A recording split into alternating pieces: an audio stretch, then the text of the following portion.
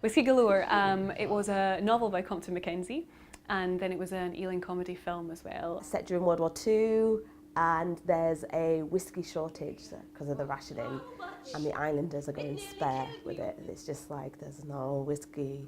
And then a boat is shipwrecked really near them, and its cargo is lots and lots of cases of whiskey, thousands of cases. And it's a great hoolie about Scots outwitting the English, basically. I mean, not for the first time, and not won't be the last time. They come up against the government, telling them what they should be doing in this situation.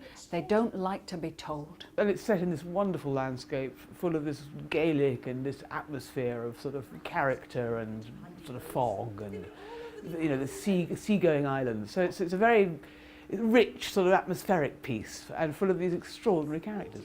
It's such a well-known story, and as a Scot you're kind of brought up on Whisky Galore. It's just one of those amazing stories, and you just think the feisty islanders, they'll do things their own way. They don't really follow any rules, so to speak.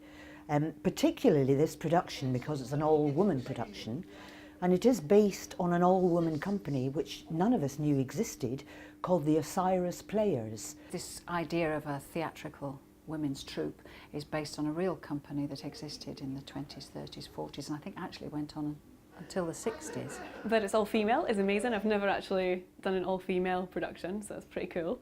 And multi-role play, like we're all playing millions of roles, so I'm playing like 5 different roles, and it's kind of hilarious as well. It's a really funny script. It's a new adaptation, so it's not been done thus ever. This is a completely new attempt. Those who know the plot, drawn to how on earth we're going to do it on stage, crossing stretches of water, you know, old post office. It's so full of place and character on these 2 small islands in Scotland. I guess, you know, the curiosity about how on earth are they going to manage it. It's been so lovely. There's such a good atmosphere in the rehearsal room. I don't know whether this comes from having an all-female cast as well. You know, not averse to the old man in life at all. But being women, it's rather sweet. I mean, you sort of come in the morning to the green room, we all go, how are you? We give each other hugs. Quite naturally, it happened on day 1. So we're laughing a lot.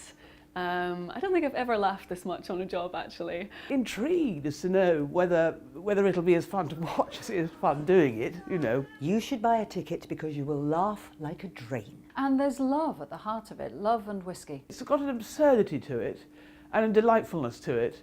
And hopefully you end up thinking, God, I wish I was one of the islanders.